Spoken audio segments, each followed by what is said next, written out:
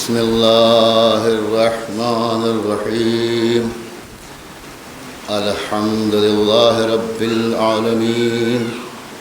الصلاة والسلام على آله الطيبين الطاهرين المعصومين المظلومين المكرمين المنتخبين المنتجبين أبي القاسم محمد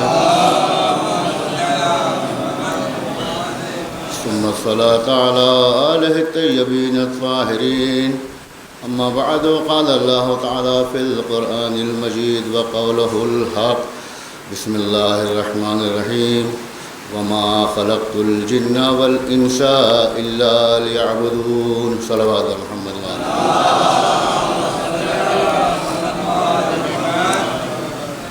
عزیزان محترم،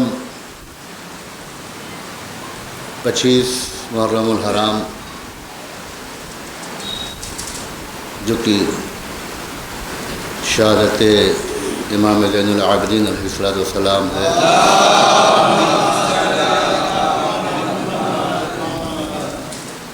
اور یقیناً سید الساجدین زین العابدین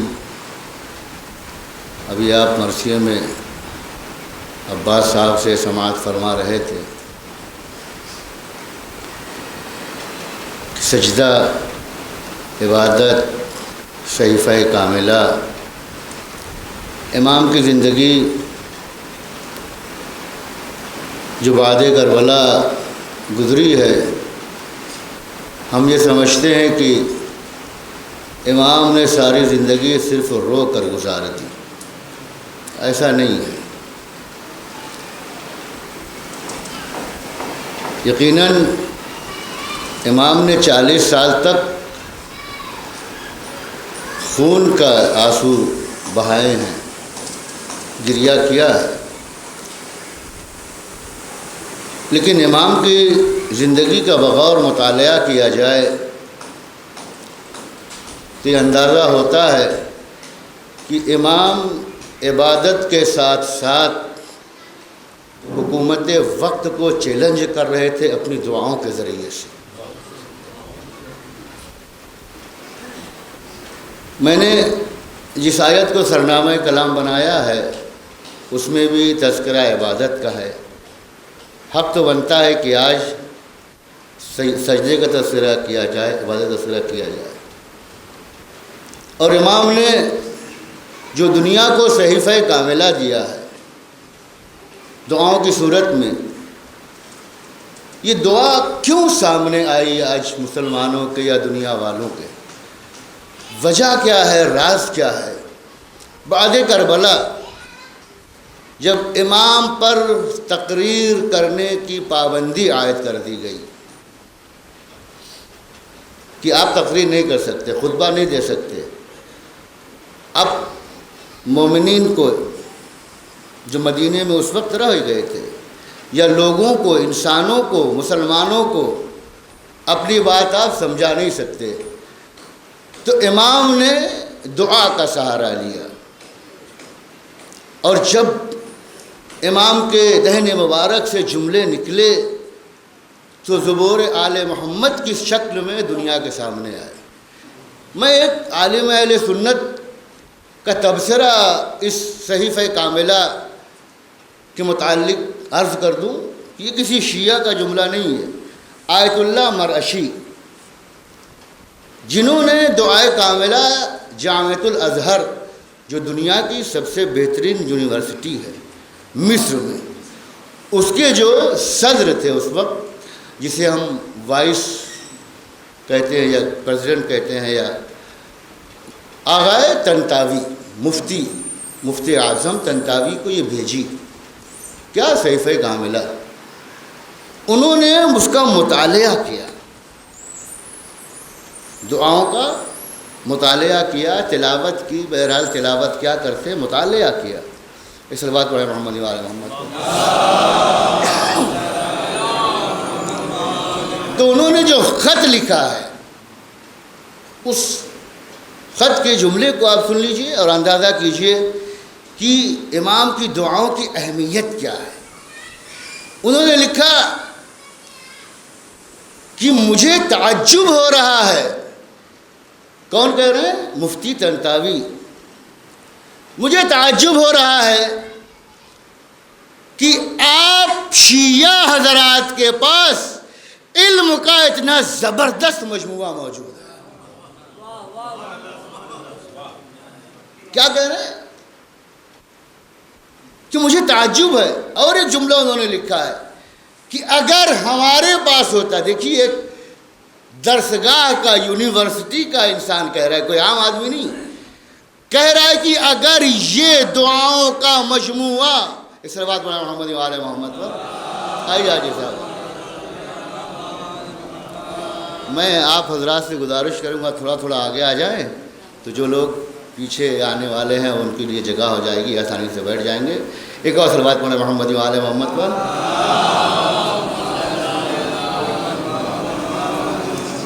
کہ اگر یہ ہمارے پاس ہوتا، ہماری میراث ہوتی یہ دعاؤں کا مجموعہ، تو ہم اپنی یونیورسٹی کو کتنا آگے لے جاتے دنیا تصور بھی نہیں کر سکتی ہے. آپ اندازہ کیجیے کتنی ترقی کرتے علم میں. لیکن عزیزان محترم، یہ افسوس کی بات ہے کہ کبھی کبھی تذکرہ ہو جاتا ہے. میرے خیال سے بعض لوگوں نے تو دعائے صحیفہ کاملہ دیکھا بھی نہیں ہوگا، شاید ہو سکتا ہے نہیں دیکھا ہو، مجھے لگتا ہے بس مجلسوں میں سن لیتے ہیں. ایک ایک جملے اگر پڑھیے آپ، اس میں دیکھیے. اب چونکہ میرے پاس بہت وقت نہیں ہے کہ میں بیان کروں، تو ہمیں ضرورت ہے کہ ہم امام کے جو جملے ہیں، جو دعائیں ہیں، اگر عربی میں نہیں پڑھ سکتے تو کم از کم اس کا ترجمہ دیکھیں کہ امام فرما کیا رہے ہیں، امام کہنا کیا چاہ رہے ہیں، امام کا مطالبہ کیا ہے ہم سے. اور یقیناً اگر ہم نے امام کی دعاؤں کو اپنی زندگی میں اتار لیا، اپنے معاشرے میں اتار لیا، اپنے سماج میں اتار دیا، تو امام سے سچی محبت اور سچی عزاداری کا یہی ثبوت ہوگا. یہی ثبوت ہوگا. عبادت کے موضوع پہ گفتگو کرنی ہے مجھے انشاءاللہ. اس کے بعد اگر وقت رہا تو تھوڑا سا میں جناب سیدہ سجادہ خطبہ بھی عرض کروں گا، تو 4 جملے سوچ کے آیا ہوں. لیکن پہلے عبادت. اللہ نے کیا کہا کہ ہم نے انسانوں کو پیدا ہی نہیں کیا. وَمَا خَلَقْتُ الْجِنَّ وَالْإِنسَ، انسانوں اور جناتوں کو پیدا ہی نہیں کیا سوائے اس کی کہ وہ ہماری عبادت کریں. اب عزیزان محترم، عبادت کا مفہوم کیا ہے؟ عبادت کہتے کسے ہیں؟ عبادت ہم جانتے کہ نماز پڑھ لیا یہ عبادت ہو گئی، روزہ رکھ لیا یہ عبادت ہو گیا، فرش اعضاء پہ آ کے بیٹھ گئے یہ عبادت ہو گئی، نوحہ خوانی کر لیا یہ عبادت ہے، جلوس نکال لیا یہ عبادت ہے، ذوالجناح نکالا یہ عبادت ہے، تابوت نکالا یہ عبادت ہے. عزیزان محترم، بہت زیادہ جو ذہنوں میں ہمارے ہے کہ یہی چیزیں عبادت ہیں. نماز سب سے بڑی عبادت. لیکن میں کہوں اگر 1 منٹ کے لیے، آپ اور کچھ مائنڈ نہیں کیجیے گا، کہ نماز بذات خود، قبلہ فرمان صاحب، نماز بذات خود عبادت نہیں ہے. آپ سوچ رہے ہیں کیا کہہ رہے ہیں مولانا. نماز بذات خود عبادت نہیں ہے. روزہ، میں نے بذات خود ایک جملہ کہہ دیا، اس کو یاد رکھیے، عبادت نہیں ہے. یہ جلوس، یہ فرش اعضاء، یہ مجالس عبادت نہیں ہے. تو عبادت کیا ہے؟ بڑی اہم گفتگو اور بڑی مشکل منزل سے میں گزار رہا ہوں آپ کو. یہ عبادت نہیں ہے. میں کہتا ہوں ایک عیسائی آ کے نماز پڑھنے لگے، کیا عبادت ہے؟ ایک کافر آ کے سجدہ کرنے لگے، کیا عبادت ہے؟ آپ بتائیے ہے کہ نہیں ہے؟ نہیں ہے.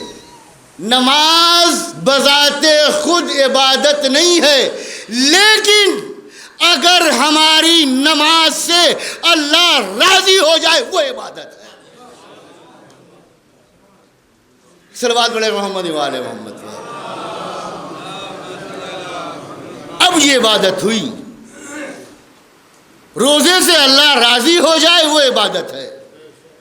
ہمارے جلوس اعضا سے، ہماری مجلسوں سے، ہمارے نوحہ ماتم سے اگر زہرا راضی نہیں ہے تو یہ صرف و صرف دکھاوا ہے. اگر معصوم راضی ہو جائے تو عبادت ہے. یہ صلوات پڑھیں محمد و آل محمد. اب ہمیں یہ اندازہ لگانا ہے کہ ہمیں کیسی عبادت کرنا ہے. اور ایک جملہ عرض کر دوں میں نے کہا تھا کہ جس عمل سے اللہ خوش ہو جائے اس کا نام عبادت ہے. اب اگر نماز سے راضی نہیں ہے، ہم نماز بھی پڑھ رہے ہیں اور سجدے میں دنیا بھر کے خرافات ہمارے دماغ میں آ رہے ہیں، تو عبادت ہوگی؟ ہرگز نہیں عبادت ہے. جلوس کر رہے ہیں، انجمنوں کو پٹخنی دینے کے لیے نوحہ پڑھ رہے ہیں، تو یہ عبادت نہیں ہے. جانے محترم یاد رکھیے گا. میرے سامنے صاحب بیاض حضرات اور نوحہ خان حضرات بیٹھے ہیں، وہ ان سے معذرت کے ساتھ میں عرض کر رہا ہوں. میں ان کو نہیں کہہ رہا ہوں کہ ان کے دلوں کے رازوں سے صرف اللہ واقف ہے، کوئی نہیں واقف ہے. جلوس کو اگر ہم نے مقابلہ بازی کر دیا تو یاد رکھیے یہ عبادت نہیں ہے، گناہ عظیم ہو رہا ہے. ہمیں سوچنے کی ضرورت ہے. میں نے 11 محرم کی مجلس میں کہا تھا کہ ہمیں میسج دینے کی ضرورت ہے، پیغام دینے کی ضرورت ہے دنیا کو. پیغام اسی وقت دے سکتے ہیں جب ہم خود اپنے آپ کی اصلاح کر لیں. آیت اللہ باقر الصدر نام سنا ہوگا آپ نے، بہت عظیم عالم ہیں، بہت عظیم عالم گزرے ہیں. آپ حضرات جانتے ہیں چونکہ اکثر مجالس سنتے رہتے ہیں. انہوں نے ایک جملہ کہا ہے امام بارگاہ کے لیے، میرا جملہ نہیں ہے. وہ عرض کرتے ہیں کہ ایک صلوات پڑھیں محمد و آل محمد. میں امام بارگاہ کو امام بارگاہ مانتا ہی نہیں. ابھی اللہ ہے، یہ نہ سمجھیے گا کہ بس یہ بھی بات ختم ہوگی. ابھی بات میں نے مکمل نہیں کی ہے. کیا کہہ رہے ہیں؟ میں توجہ کا طالب، نوجوانوں کے طور سے خاص طور سے، میں امام بارگاہ کو، میرا جملہ نہیں ہے، میں نے پہلے عرض کر دیا، ان کا جملہ ہے، کم سے کم آپ قدر کیجئے گا. کہہ میں رہا ہوں، میں امام بارگاہ کو امام بارگاہ مانتا ہی نہیں. وہ امام بارگاہ جو انقلابی جوان نہ پیدا کر سکے.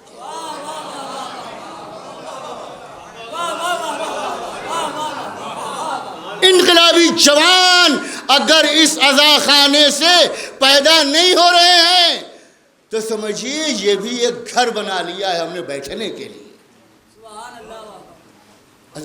عزاداری، آپ کیا سمجھتے ہیں عزاداری کی اہمیت اور عظمت کو؟ کتنی عظیم چیز ہے یہ. میں یہ بتاؤں آپ کو کہ ضروری کیوں ہے عزاداری، ضروری کیوں ہے. یہ جلوس، یہ مجالس، یہ تابوت، یہ علم، یہ ذوالجناح ضروری ہے. جتنا ہو سکے کیجیے. کیوں ضروری ہے؟ اس لیے کہ دنیا میں جہاں جہاں یزیدیت سر اٹھا رہی ہے، یہ مجالس اور جلوس اس کا جواب ہے. ضروری ہے ان مجالس اور جلوس اور تمام چیزیں جو شاعر ازاں ہیں. لیکن اذان محترم تھوڑا سا اس میں ہمیں اپنے ذہن کو تبدیل کرنا ہے. تھوڑا سا اگر ہم تبدیل کر لیں انشاءاللہ تو یہی فرش ازاں، یہی تابوت، یہی ذوالجناح، یہی علم ہمارے لیے شفاعت کا ذریعہ بنے گے. ہم علم سجا دیا گلیوں میں، خوب سارا علم اکثر جلوسے میں سجتا ہے. کیا، ایک سوال ہے میرا تمام لوگوں سے، کیا علم سجانے کے لیے ہے؟ علم سجانے کے لیے نہیں جانے محترم.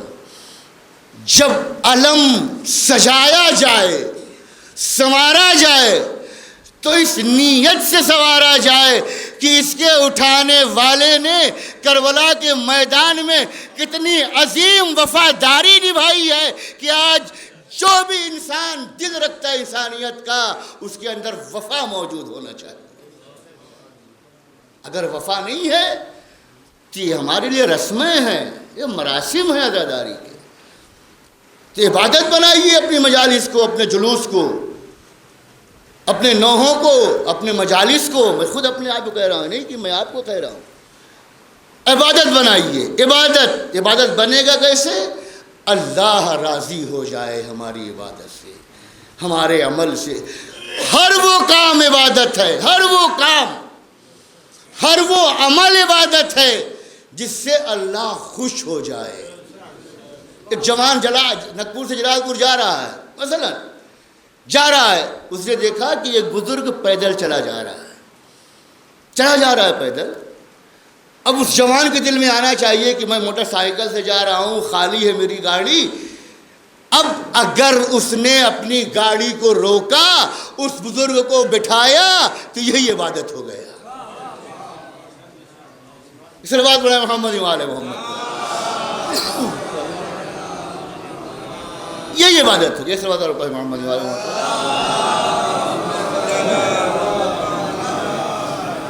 ہر وہ عمل جس سے اللہ راضی ہو جائے. اب آئیے دیکھیں کہ ہم اللہ سے گفتگو کیا کرتے ہیں. جب عبادت کرتے ہیں، مسجد میں جاتے ہیں، تو اللہ سے گفتگو کیا کرتے ہیں. عبادت ہوتا کیسے ہے ہمارا عمل، ہماری نماز عبادت بنتی کیسے ہے.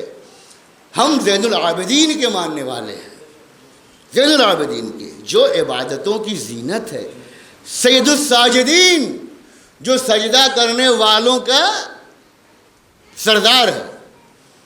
اب آئیے دیکھیے عبادت ہمارا عمل بنتا کیسے ہے.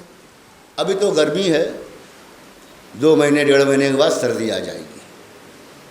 غضب کی سردی پڑتی ہے جنوری فروری میں یا دسمبر جنوری میں.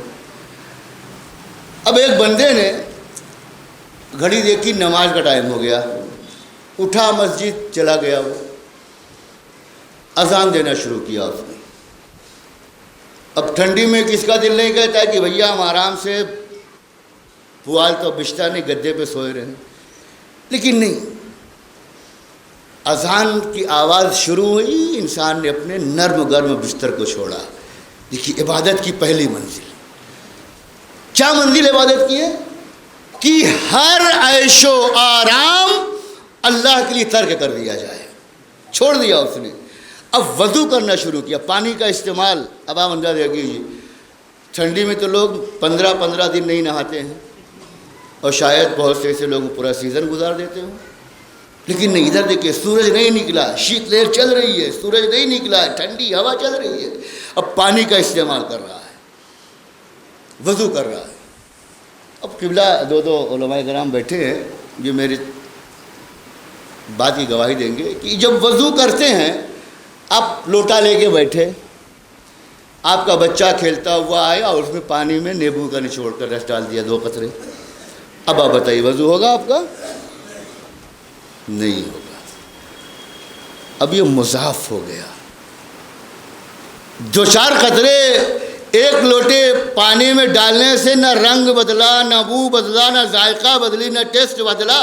بالکل پانی اپنی اصلی شکل میں ہے. شریعت نے کہا نہیں، اب اسے وضو نہیں کر سکتے. راز کیا ہے؟ وجہ کیا ہے؟ شریعت نے کہا تم اللہ کی بارگاہ میں جا رہے ہو، لہذا خالص پانی سے وضو کر کے جاؤ. توجہ کا تعلیم، اگر آپ سمجھ جائیں میری گفتگو کو، خالص پانی سے کسی ملے ہوئے پانی سے وضو کرو گے، وضو اور نماز قابل قبول نہیں ہوگی. کہا خالص پانی سے وضو کر کے جاؤ. راز کیا ہے؟ شریعت نے کہا کہ اللہ کی بارگاہ میں جا رہے ہو، اگر ملے ہوئے پانی سے وضو کر کے جاؤ گے، جب اللہ کی بارگاہ میں کھڑے ہوگے، کہیں تمہارے دل میں کسی اور کی ملاوٹ نہ آ جائے. صلوات پڑھیں محمد وعلى محمد.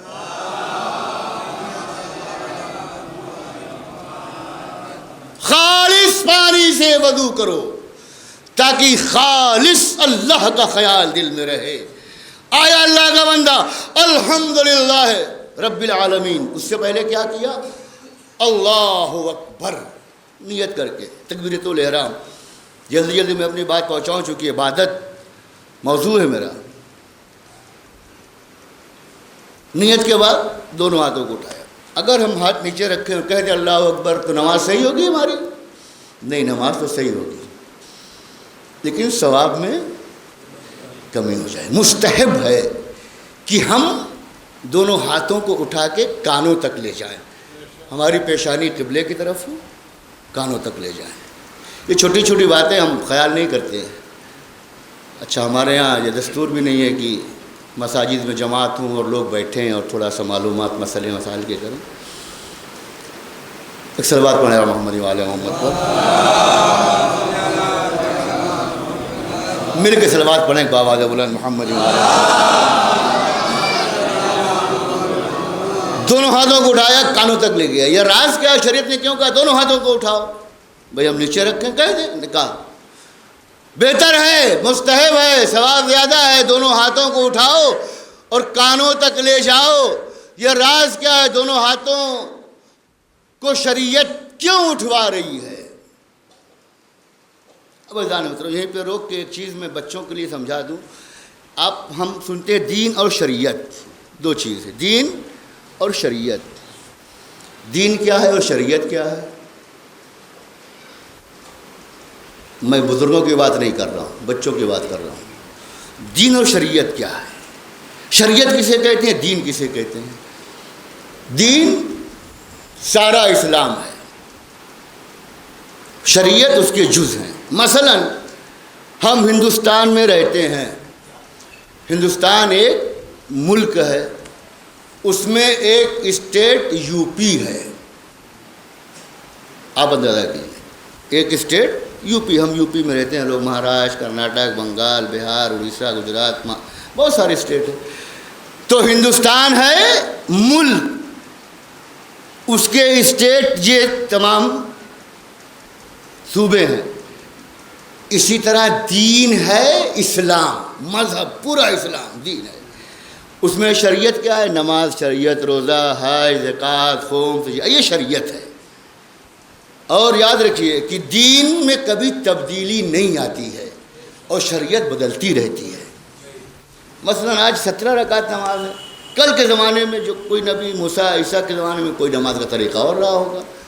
یہ شریعت ہے. تو شریعت نے کہا کہ دونوں ہاتھوں کو اٹھا کے کانوں تک لے جاؤ. راز کیا ہے؟ شریعت یہ چاہتی ہے کہ انسان اپنے بستر کو چھوڑ کے آیا، پانی استعمال کیا، اب اللہ کا مخلص بندہ اللہ کی بارگاہ میں آگے کھڑا ہوا اور دونوں ہاتھوں کو اٹھا کے یہ اقرار کرتا ہے پروردگار دیکھ میں تیری بارگاہ میں حاضر ہو گیا ہوں، ہم تیری بارگاہ میں حاضر ہو گئے ہیں، ہم نے دنیا کے تمام کاموں سے اپنے ہاتھوں کو اٹھا لیا ہے. صلوات تو پڑھ دے محمد والے محمد. مجھے علم ہے آپ پسند کر رہے ہیں بات، لیکن پتہ نہیں کیوں واہ واہ یا سبحان اللہ کہنے میں تکلف کر رہے ہیں. صلوات پڑھے محمد والے محمد پر.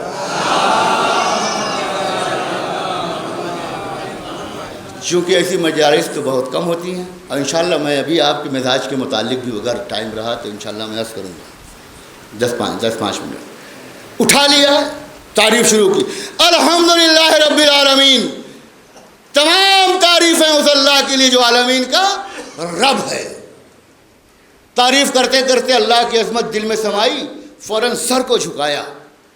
سبحان رب العظیم و بحمدہ، پروردگار تو سب سے عظیم ہے. اب عزیزان محترم، آپ کی عظمت کیا ہے پیش خدا؟ اللہ کے نزدیک اسے آپ سماعت فرمائیں اور فخر کریں اپنے آپ پہ کہ آپ کی عظمت کیا ہے اللہ کی نگاہ میں. آپ کھڑے رہے، سر کو جھکایا، وضو کیا، سب کچھ کیا، تمام زحمتیں کرنے کے بعد کیا یہ زحمت ہماری بیکار ہو گئی؟ ہم نے اللہ کی تعریف کی، بیکار ہو گیا؟ نہیں عزیزان محترم. سمع اللہ لمن حمدہ، اللہ نے آواز دی، اے میرے بندے جو تو حمد کر رہا ہے اسے اللہ سن رہا ہے. آپ کی عظمت کیا ہے؟ آپ کی عظمت اللہ سن رہا ہے آپ کی گفتگو کو. جب اس حقیر و ناچیز بندے نے سوچا دنیا کا پالنے والا ہے، دنیا کا خالق ہماری گفتگو سن رہا ہے، سر کو سجدے میں رکھ دیا، سبحان ربی الاعلیٰ و بحمدہ، پروردگار تو سب سے اعلیٰ ہے۔ شریعت نے کہا اے اللہ کے بندے تو کھڑا بھی رہا، سر کو جھکایا، سر کو سجدے میں رکھا، کچھ لمحے کے لیے بیٹھ جا، بٹھایا، کچھ لمحے کے لیے بیٹھ جا۔ حاجی صاحب سماعت فرمائیے گا، اب اللہ کے بندے نے کہا وہ بارگاہ میں بیٹھے ہیں جو سلطان السلاطین ہے، اسی باری بارگاہ دنیا میں کوئی نہیں ہے۔ کچھ نہ کچھ مانگنا چاہیے، کچھ نہ کچھ مانگنا چاہیے۔ کیا مانگ رہا ہے اللہ کا بندہ؟ حکومت نہیں مانگ رہا ہے، تخت و تاج نہیں مانگ رہا ہے، ثروت نہیں مانگ رہا ہے، دولت نہیں مانگ رہا ہے، موٹر نہیں مانگ رہا ہے، گاڑی نہیں مانگ رہا ہے، کھیت نہیں مانگ رہا ہے، نوکری نہیں مانگ رہا ہے، زمین نہیں مانگ رہا ہے۔ مانگ کیا رہا ہے اللہ کا بندہ؟ پروردگار تو نے اپنی بارگاہ میں بٹھایا ہے، پروردگار اپنی بارگاہ میں بٹھایا ہے تو گنہگار ہو کے بیٹھنا اچھا نہیں لگتا، جب بٹھایا ہے تو استغفر اللہ ربی واتوب الیہ۔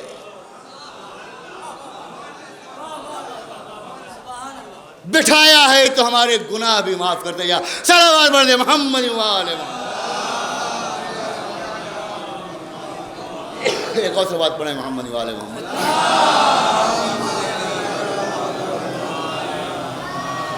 دیکھیے قبلہ تشریف لا رہے مولانا اعظمی صاحب، آپ ان کے استقبالی صلوات پڑھیں محمد وآل محمد۔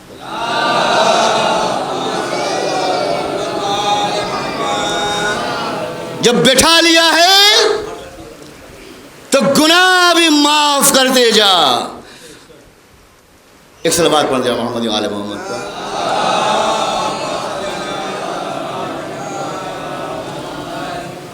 مولانا کی صحت و سلامتی کے لیے ایک اور بابا کے بلند صلوات پڑھیں محمد وآل محمد۔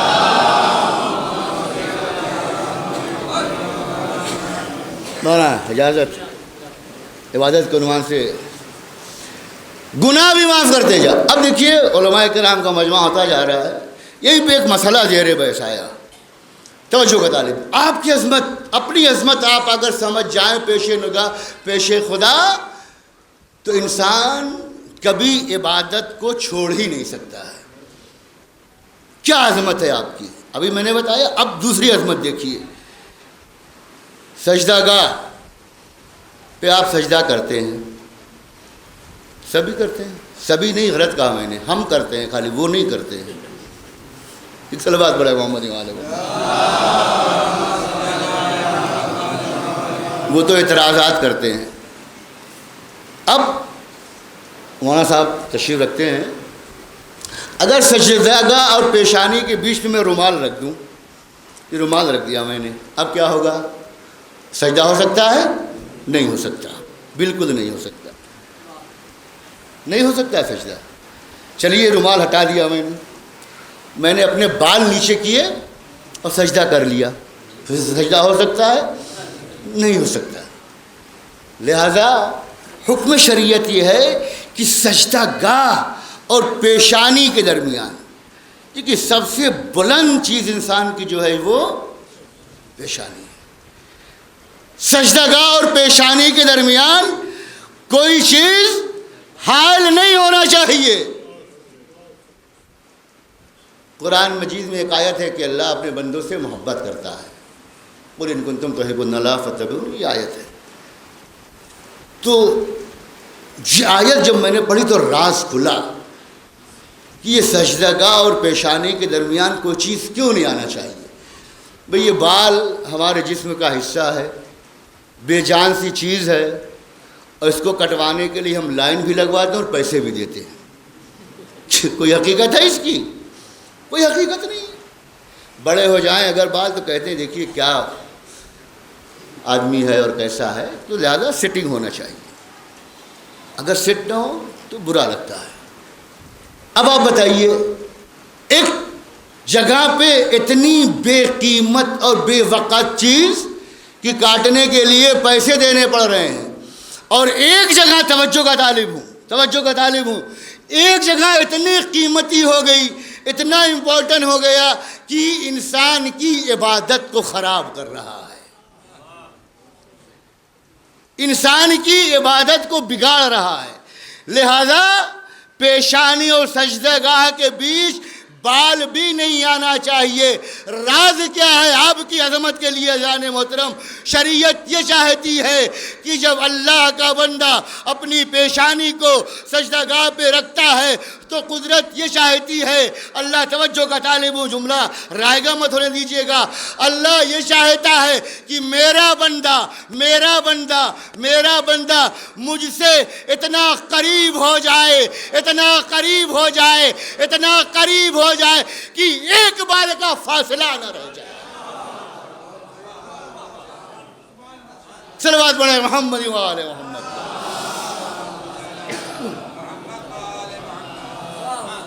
ایک بال کا فاصلہ انسان اور اللہ اپنے درمیان برداشت نہیں کر رہا ہے، تو ویسے اللہ سے ہم دور کیوں جائیں؟ قریب آئیے، گفتگو کیجیے، باتیں کیجیے، اپنی بات کہیے۔ اب ازار محترم میں گفتگو ہو رہی تھی، اللہ نے کہا میرے بندے بڑی اچھی باتیں کر رہا ہے۔ کس اللہ کی بندگی کر رہا ہے؟ جملہ سنیے گا، کہیں اپنے بنائے ہوئے خدا کی بندگی تو نہیں کر رہا ہے، اپنے بنائے ہوئے خدا کی بات تو نہیں کر رہا ہے۔ دیکھیے اپنے بنائے ہوئے اللہ کو بالکل پسند نہیں۔ کیا کہا اللہ کے بندہ نے؟ اشہد اللہ الہ الا اللہ، میں اس اللہ کی بندگی کر رہا ہوں جس کے سوا کوئی معبود نہیں ہے۔ اللہ کو دیکھا، اللہ سے ملاقات کی،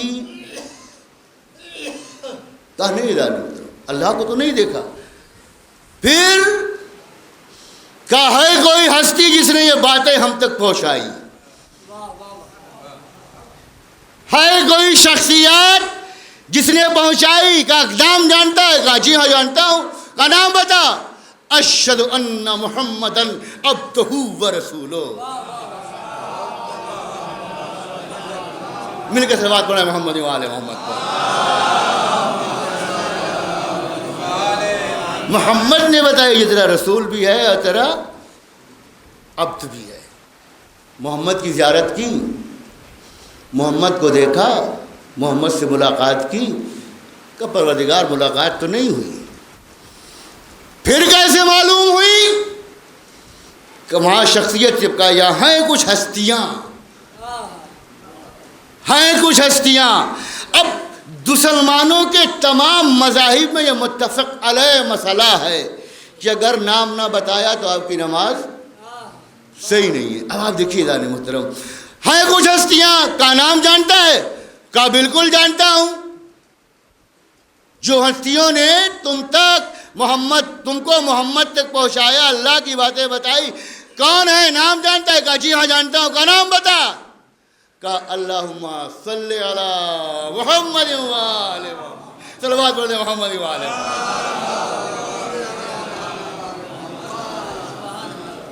ایک اور صلوات پڑھیں محمد و آل محمد۔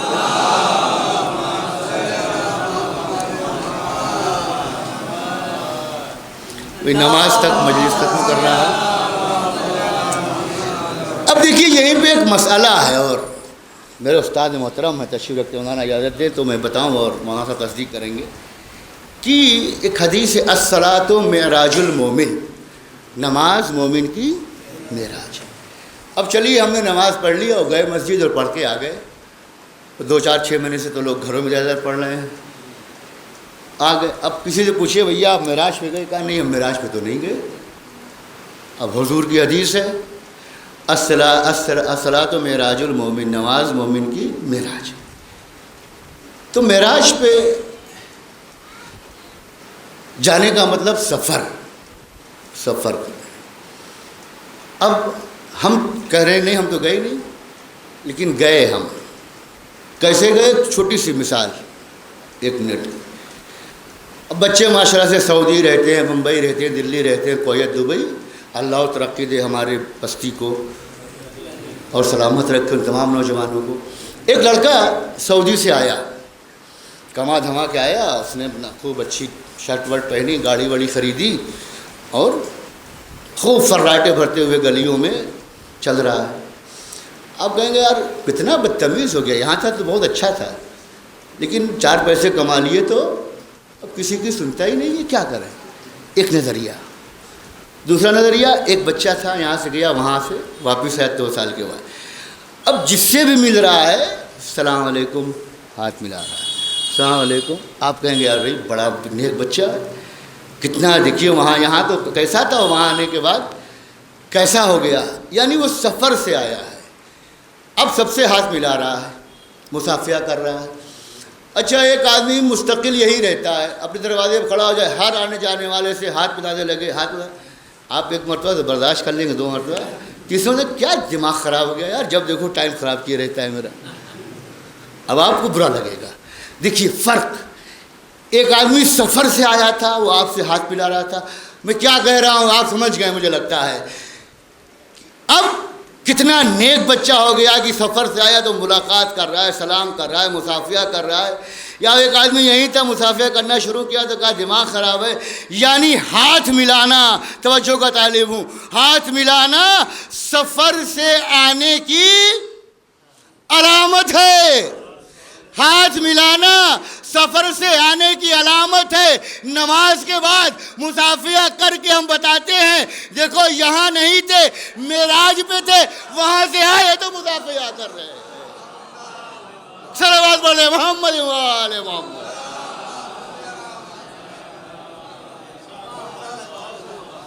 بتا رہے ہیں دیکھو یہاں نہیں تھے، معراج پہ تھے، مصافحہ کر رہے ہیں۔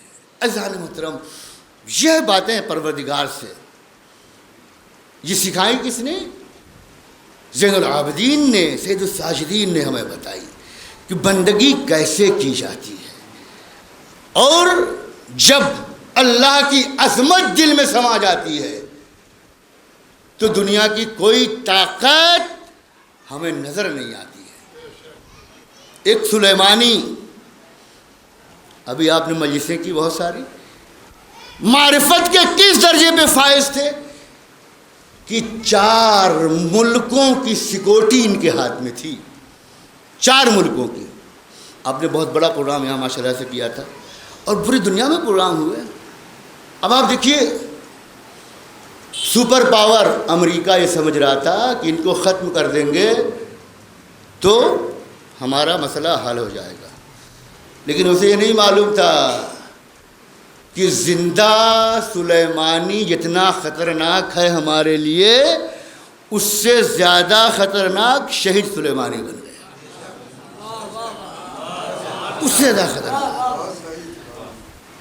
آج عزیزان محترم یہ خوف ہے، یہ ڈر ہے آپ کا، جو ابو ظبی، دبئی، بحرین جیسے مسلم ممالک اسرائیل کے دوستی کر رہے ہیں۔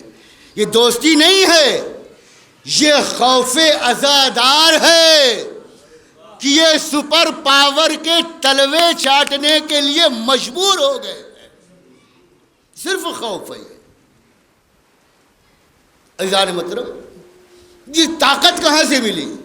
سلیمانی صاحب نے، مرحوم نے ایک جملہ کہا تھا، ماں ملت حسینی ہستی، ہم امام حسین کی قوم ہیں، امام حسین کی قوم ہے ہم، ہمیں دنیا کی کوئی طاقت ڈرا نہیں سکتی۔ یہ درس ملا کہاں سے؟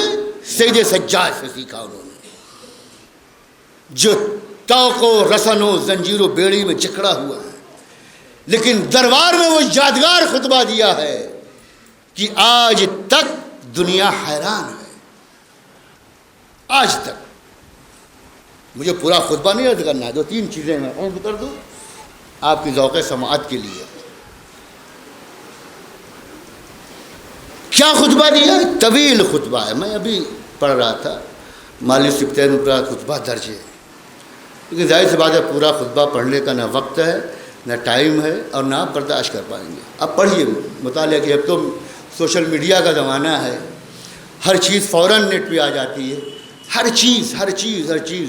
میں نے جملہ کہا تھا کہ آج سوشل میڈیا کے زمانے میں یہ پابندی لگ گئی ہے اس وقت کرونا کی وجہ سے، تو یہ پابندی یقیناً ہمیشہ نہیں رہے گی، اور پابندی ایسی ہے کہ ہم نے اللہ کا شکر ہے کہ سارے پروگرامز کیے، بھلے تھوڑا سا اس کو شارٹ کر دیا۔ آج بھی جلوس نکل رہا ہے، مجلس ہو رہی، پچھلے سال کی طرح ہو رہی ہے مجلس، لیکن اذان محترم سوشل میڈیا، نوجوان سوشل میڈیا استعمال کرتا ہے۔ میں نے 11 کو بھی کہا تھا، آج پھر پیغام دے رہا ہوں، جو سوشل میڈیا استعمال کرتے ہیں، امام حسین کے ذکر سے سوشل میڈیا کو اتنا بھر دیا جائے کہ جب کوئی کھولے تو اسے حسین نظر آئے، حسین نظر آئے اسے۔ لیکن آج جانتے ہیں دشمنوں نے کیا کیا ہے؟ آپ گوگل پہ جائیے، کھولیے، جب گوگل کھولیں گے تو اس میں کیا نظر آتا ہے؟ یہ دشمنوں کی سازش ہے، اس سازش کو ہمیں ناکام بنانا ہے۔ کیا نظر آتا ہے؟ ایک ماں 6 مہینے کے بچے کو لے کے اس کے سر پہ کما لگا رہی ہے، نوجوان کی پشت زنجیر سے زخمی ہے، سر پھٹا ہوا ہے، یہ نظر آ رہا ہے ہمیں۔ جب دوسرے لوگ کھولتے ہیں تو سوچتے ہیں یہ کیسی قوم ہے۔ عزیزان محترم، یہ سوشل میڈیا پہ نہیں آنا چاہیے۔ آنا کیا چاہیے؟ آنا کیا چاہیے؟ آج تمام عزاداران مظلوم کربلا کی ذمہ داری ہے کہ سوشل میڈیا ذکر حسین مظلوم کربلا کے اقوال سے، کردار سے، سیرت سے اتنا بھر دیا جائے کہ جب غیر سوشل میڈیا گوگل کھولے تو اسے یہ نظر نہ آئے، اسے صحیفہ کاملہ نظر آنا چاہیے، نہج البلاغہ نظر آنا چاہیے۔ صلوات پڑھیں محمد و آل محمد۔ ایک اور صلوات پڑھ دیں محمد و آل محمد۔ بس آخری گفتگو ہے، زحمت تمام۔ امام نے خطبہ دیا، پورا منظر آپ کی نگاہوں کے سامنے ہے۔ ایک خطیب کو بلایا تھا یزید نے، 700 کرسی نشین کا مجمع اور سب باقاعدہ، آپ سب تصور کر لیجیے۔ گیا ان کا خطیب، یزید نے کہہ دیا تھا جتنی برائی ہو سکتی ہے اہل بیت کی، امام حسین علیہ السلام کی، سید سجاد کی، کرو۔ تو ظاہر سی بات ہے تو اس کا شیوا ہی تھا، خوب برائی کیا۔ اب جب کر کے اترا، ایک جملہ امام نے کہا، منبر ہم کہتے ہیں، امام نے کہا، علماء کرام بیٹھے ہیں، باقی تاریخی جملہ ہے، گواہی دیں گے۔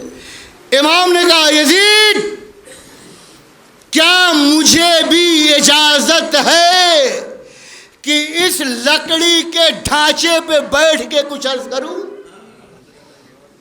منبر نہیں کہا امام نے، لکڑی کا ڈھانچہ۔ کیوں لکڑی کا ڈھانچہ کہا؟ اس لیے کہا کہ جہاں سے علی کی برائی ہوتی ہو وہ منبر نہیں ہو سکتا۔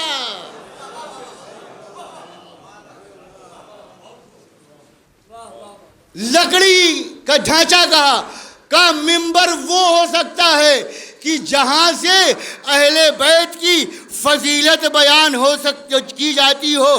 اب سمجھ میں آیا، یہ تو لکڑی ہے، یہ نسبت کی بات ہے۔ نہیں سمجھے آپ؟ اگر اہل بیت سے نسبت ہو گئی تو لکڑی منبر بن جاتا ہے۔ اگر تابوت پہ کپڑا چڑھا دیا، ذوالجناح پہ کپڑا چڑھا دیا، اب وہ گھوڑا نہیں، ذوالجناح بن گیا، احترام کے قابل ہو گیا۔ سید سجاد نے کہا لکڑی کا ڈھانچہ ہے، یہ منبر نہیں ہے۔ اب وہ قیل قال کرنے لگا، لیکن بہت سارے بتاتے ہیں کہ 36 ممالک کے وزراء، سفیر وہاں بیٹھے تھے۔ تو ہم نے کہا جانے دو جانے دو جانے دو، کیا ہے، بیمار ہے، یہ لاغر ہے، قیدی ہے، یہ کیا کہے گا تمہارے خلاف؟ یزید نے کہا تم نہیں جانتے، میں جانتا ہوں، مجھے معلوم ہے کیا کہے گا یہ۔ اب ازان محترم گئے، پرمیشن مل گئی۔ جانے کے بعد پہلے اس سے مخاطب ہوئے جو خطیب تھا۔ دیکھیے خطیب اور خاطب، مولوی صاحب، خطیب جو تقریر کرتا ہے، اب مخصوص ہو گیا ہے خطیب ان کے لیے کہ جو ذکر محمد و آل محمد کرتے ہیں، وہ خطیب کہلاتے ہیں۔ تو امام نے اسے خطیب نہیں کہا، خاطب کہا۔ اے خاطب، خطیب بھائی مولانا صاحب خطیب، مولانا صاحب سب خطیب ہیں، یہ خطیب ہے، جو بھی پڑھتا ہے خطیب ہوتا ہے. لیکن اگر آپ کسی نیتا کو کہہ دیں خطیب، آپ برداشت کریں گے؟ نہیں آپ برداشت نہیں کریں. ارے خطیب اتنا مقدس اور معتبر اور پاک و پاکیزہ جملہ آپ ایک نیتا کے لیے نہیں بیان کر سکتے کہ وہ تو صرف جھوٹ بولتا ہے اور خطیب صرف سچ بولتا ہے. اسی لیے امام نے اسے خطیب کا لفظ نہیں استعمال کیا، خاطب کہا. اے بولنے والے، اے مخاطب کرنے والے. جملہ سنیے، کیا روب و دبدبا ہے، دربار ہے، امام قیدی ہیں، لیکن انداز کیا ہے؟ امام نے فرمایا او خاطب، تم نے انسان کی خوشی کے لیے اللہ کی ناراضگی مول لے لی ہے. ناراضگی مول لے لی تم نے اللہ کی. گفتگو شروع ہوئی بہت طویل. میں مینا کا بیٹا، مکے کا بیٹا، قاب قوسین کا بیٹا، بہت ساری باتیں ہیں، طویل خطبہ ہے. لیکن امام نے 6 چیزیں کہیں کہ 6 چیزوں کے لیے اللہ نے ہمیں سرفراز کیا ہے اور 7 فضائل اللہ نے ہمیں عطا کی ہیں. وہ سن لیجیے 6 چیزیں. کون سی 6 چیزیں؟ کیا کہا امام نے؟ امام نے فرمایا کہ ہم اہل بیت کے گھر میں نبوت کا نزول ہوا. انبیاء آئے، ہمارے گھر میں علم اترا ہے، حلم اترا ہے. علم اور حلم یعنی بردباری، انکساری. پھر کیا کہا؟ ہمیں اللہ نے بزرگی عطا کی ہے.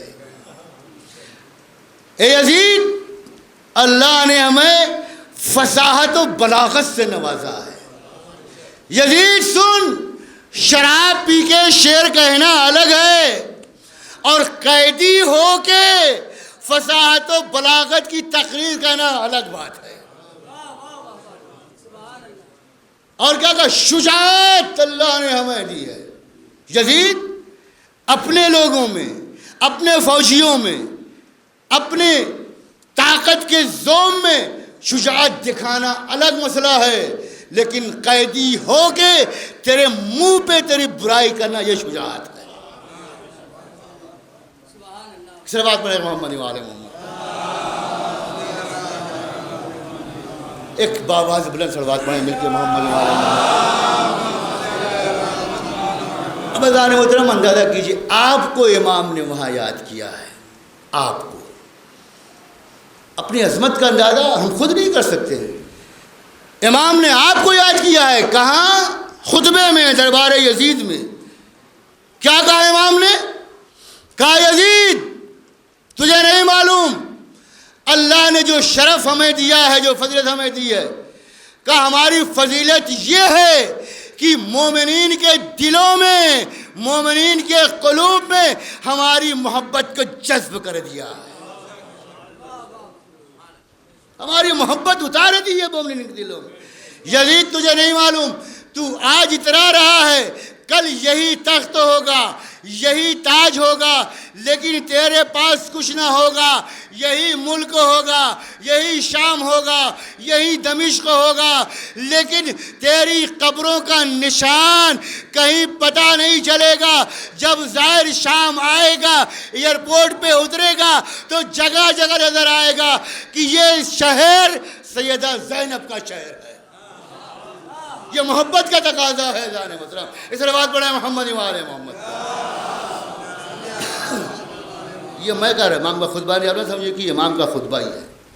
آج جائیے، آپ جو حضرات گئے ہیں اتریے ایئرپورٹ پہ، تیر بنا ہوا، ادھر جائیے، ادھر سے کہاں کے لیے نشان بنا ہے؟ جناب زینب سلام اللہ علیہا کے روضے کی طرف اشارہ کیا جا رہا ہے. آپ دیکھیے امام نے فرمایا تھا مومنین کے دلوں میں ہماری محبت ہے. اور امام نے 7 چیزوں کے لیے کہا. اللہ نے نبوت عطا کی ہے ہمیں، اللہ نے ہم میں صدیق بنایا ہے. صدیق امام کہہ رہے ہیں کیا بنایا ہے؟ صدیق. یہ تو سارے نبی صدیق ہیں. اللہ نے قرآن مجید میں 2 نبیوں کو لفظ صدیق کے ساتھ بلایا ہے، ابراہیم یا ایوب صدیق، یوسف یا ایوب صدیق. اب اذان محترم صدیق جناب یوسف جو پکارے گئے، صدیق سارے نبی ہیں. اب جب جناب یوسف کو دیکھیے بات سے بات نکلتی ہے، انشاءاللہ نماز سے وقت کے پہلے ختم کر دوں گا. جناب یوسف کو جب ان کے بھائیوں نے ڈالا کس میں؟ کنویں میں. تو تاریخ میں ملتا ہے، علماء بیان کرتے ہیں کہ وہ کنواں سوکھ گیا تھا، نیچے سے اوپر سے چھوٹا تھا اور نیچے جاتے ہوئے بڑھتا گیا. اب جب ڈالا تو اس میں کیڑے مکوڑے تھے. ظاہر سی بات ہے کیڑے مکوڑے جہاں، تو جملہ سنیے گا آپ سمجھ جائیں گے انشاءاللہ. کیڑوں مکوڑے جیسے حشرات و درز جسے کہتے ہیں، بڑے خوش ہو گئے کہ بھیا چلو آج تو خوراک ملی. لیکن علماء پڑھتے ہیں کہ اس میں ایک سانپ بھی تھا. سانپ جب یہ بڑھے کاٹنے کے لیے تو سانپ نے کہا خبردار کوئی یوسف کو نہیں کاٹے گا. کہا کیوں نہیں کاٹیں گے؟ کہا یہ صدیق ہیں. ابھی نہیں سمجھے آپ، یہ صدیق ہیں. سارے کیڑے رک گئے. معلوم یہ ہوا کہ حشرات الارض صدیق کو نقصان نہیں پہنچاتے. اب ایک صدیق خود کہہ رہا ہے غار میں مجھے سانپ نے کاٹا. صلوات پڑھیں محمد وآل محمد پر. صدیق خود کہہ رہا ہے غار میں مجھے سانپ نے کاٹا. اب 2 ہی باتیں ہو سکتی ہیں، یا سانپ کا بہانہ تھا یا یہ صدیق نہیں تھے. صلوات پڑھیں محمد وآل محمد. مل کے پڑھیں صلوات بابا دولت محمد وآل محمد. خبردار انہیں کاٹا نہیں، صدیق ہے یہ. تو کیا کہا امام نے؟ ہم میں صدیق ہیں، ہم میں اسد اللہ و اسد رسول اللہ، اللہ کے شیر حمزہ ہیں، جعفر طیار ہیں. بیان کر رہے ہیں فضیلت. عزیزان محترم، یہی باتیں مولا کائنات نے یزید کے باپ کو لکھ کے بھیجی تھی. خطبہ نمبر مکتوب نمبر 28 نہج البلاغہ میں میرے پاس ہے، میں اس مطالعہ کر کے آیا ہوں. مکتوب نمبر 28 79 خطوط ہیں مولا کے نہج البلاغہ میں. اور یہ جو خط ہے جو سید رضی ہیں جنہوں نے رحمۃ اللہ علیہ اکٹھا کیا، وہ کہتے ہیں یہ میرا بہت پسندیدہ خط ہے. اس خط میں کیا لکھا تھا بس امام کے خطبے سے اس کو میں جوائن کروں گا. ایک صلوات پڑھیں محمد وآل محمد. معاویہ نے لکھا ایک مرتبہ یزید کے ابا نے جنگ صفین کے موقع سے پہلے، جب حالات ایسے تھے کہ اب جنگ ہو جائے گی، لکھا کہ بھئی مولا کو کہ ہمارا آپ کا خاندان ایک ہی ہے، جلدی جلدی بات پہنچا دیں، لہذا ہم لوگ جنگ ختم کر دیں اور واپس میں صلح کر لیں. یہ لکھ دیا. تب امام علی علیہ السلام نے جو خطبہ لکھا ہے، جو خط لکھا ہے، اس کے 2-3 جملے میں عرض کر دوں. بہت لمبا خط ہے. کہا کہ تو ہم سے مقابلہ کر رہا ہے اپنے اور ہمارے خاندان سے. تجھے نہیں معلوم کہ ہمارا وہ خاندان، مولا نے لکھا کہ جو انبیاء نازل ہوئے، ہمارا وہ خاندان ہے منا سید شباب اہل الجنہ، جہاں جنت کے جوانوں کے سردار ہیں، اور تیرے یہاں جہنم کے لڑکے ہیں. یہی جملہ ہے. ہمارے یہاں جنت کے جوانوں کے سردار، تیرے یہاں جہنم کے لڑکے. ہمارے یہاں سید صلوات پڑھیں محمد وآل. ایک اور صلوات پڑھ دیں آپ محمد وآل. اذان مطلب مجھے تو اندازہ ہی نہیں ہوا. بہرحال مجھے لگتا ہے کہ بات میں ختم ہو کر مصائب کی طرف آ جاؤں. پھر انشاءاللہ کبھی وقت ملے گا. ایک اور صلوات پڑھیں آپ محمد و علیہ محمد.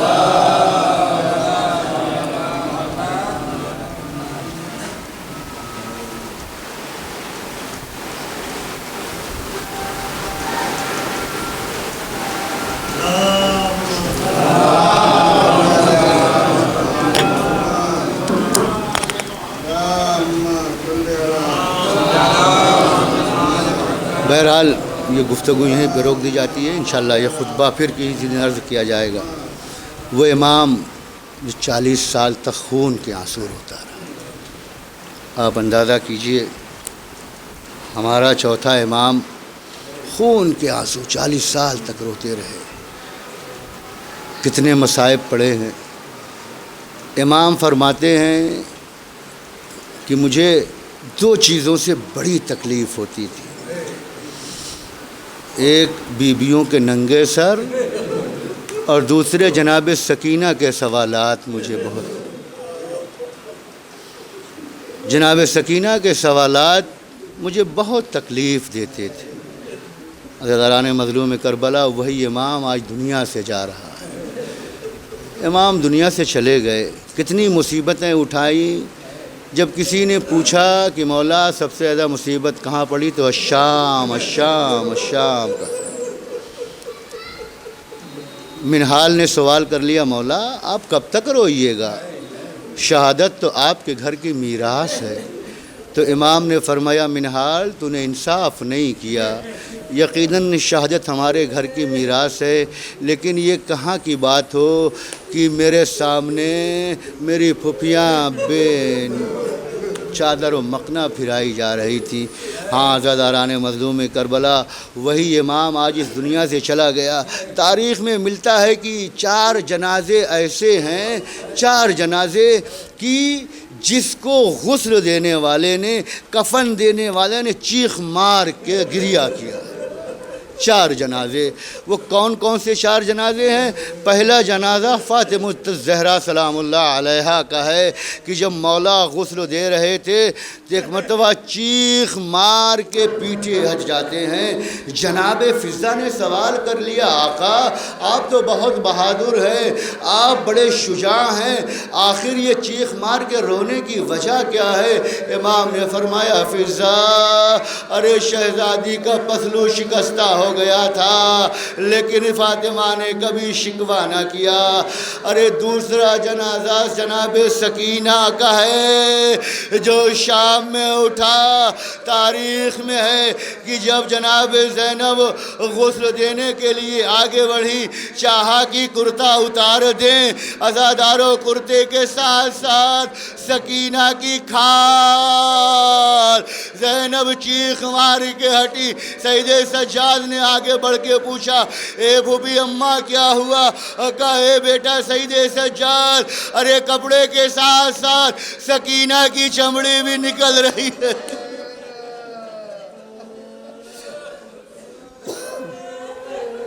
عزادارو تیسرا جنازہ سید سجاد کا ہے. تاریخ میں ملتا ہے کہ جب امام باقر علیہ السلام غسل دینے کے لیے آگے بڑھے ایک مرتبہ چیخ مار کے ہٹے. چاہنے والوں نے پوچھا آقا کیا بات ہے؟ مولا تڑپ گئے. اے بھائیو ارے مت پوچھو. کہا نہیں مولا بتائیے.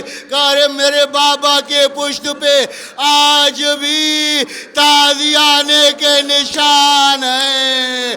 میرے بابا نے زندگی بھر کبھی شکوہ نہ کیا.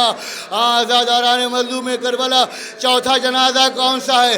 چوتھا جنازہ جناب امام موسی کاظم علیہ السلام کا ہے جو بغداد کے پل پہ رکھ دیا گیا تھا. جب امام رضا علیہ السلام آگے بڑھے غسل کفن دینے کے لیے تو کیا دیکھا کہ امام کی لاش ہاتھوں میں ہتھ کڑی ہے پیروں میں بیڑیاں ہیں. اجرکم اللہ. آواز گریہ بلند ہے. اللہ ان آوازوں پہ اپنی رحمت نازل کرے. خدا آپ کو کوئی غم نہ دے سوائے غم امام مظلوم کربلا. آج وہی امام جا رہا ہے یقیناً جب امام کو زہر دیا گیا، امام بستر علالت پہ تھے تو گفتگو ہو رہی تھی کہ امام کو پانی پلایا جائے۔ کوئی پانی لے کے آیا، امام نے ایک جملہ کہا کہ ارے وقت آخر مجھے پانی کیسے پینا نصیب ہو، ہائے میرا بابا، ارے 3 دن کا بھوکا پیاسا اور ذبح کر دیا گیا۔ پھر گفتگو ہوئی کہ امام کے جنازے کو بڑی شان و شوکت کے ساتھ اٹھائیں گے۔ امام تڑپ گئے، آواز دیے میرے چاہنے والوں، کوئی شان جنازے میں نہیں ہونا چاہیے، کوئی شوکت نہیں ہونا چاہیے۔ میں کہوں گا مولا حرج کیا ہے؟ مولا کہیں گے ارے تجھے نہیں معلوم، میں نے 72 جنازے کربلا میں جلتی زمین پہ دھوپ میں بے گورو کفن دیکھے ہیں، مجھے کیسے گوارا ہو میرا جنازہ شان و شوکت کے ساتھ اٹھایا جائے۔